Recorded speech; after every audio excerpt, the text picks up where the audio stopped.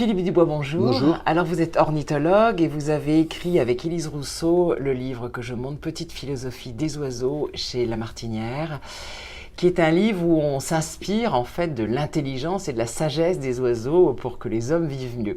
Et alors il y en a une qui est très intéressante, qu'on voit peut-être chez d'autres animaux d'ailleurs aussi, c'est que finalement la domination, ce n'est pas forcément le pouvoir. Est-ce que vous pouvez nous expliquer ça?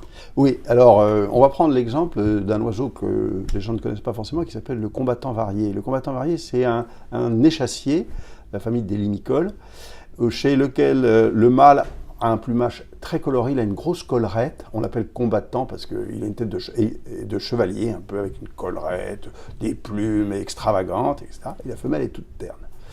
Et on a les mâles alpha et les mâles bêta. Alors les mâles alpha, c'est eux qui ont la super collerette et les plumes de toutes les couleurs. Les mâles bêta, ils ont une toute petite collerette blanche, juste un petit col, quoi. Enfin, c'est pas terrible.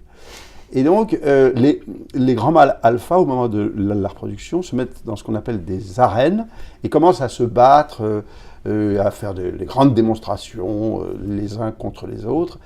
Et les femelles vaquent autour, ne les regardent à peine. Elles sont surtout intéressées à manger des graines.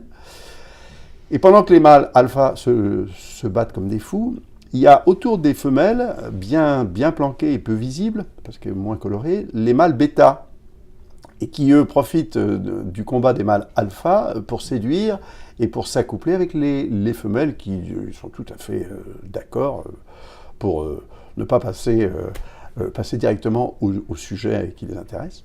Et donc les mâles bêta, finalement, c'est eux qui ont le pouvoir de la reproduction, puisque c'est eux qui vont donner aussi leurs spermatozoïdes pour les générations futures. Alors que les mâles alpha, qui pensent à avoir la domination, n'ont que la domination factuelle et virtuelle. C'est ce qu'on appelle le pouvoir de l'ombre, finalement. Le pouvoir de l'ombre, c'est exactement ça. Donc c'est pas forcément l'habit qui fait le moine. Merci.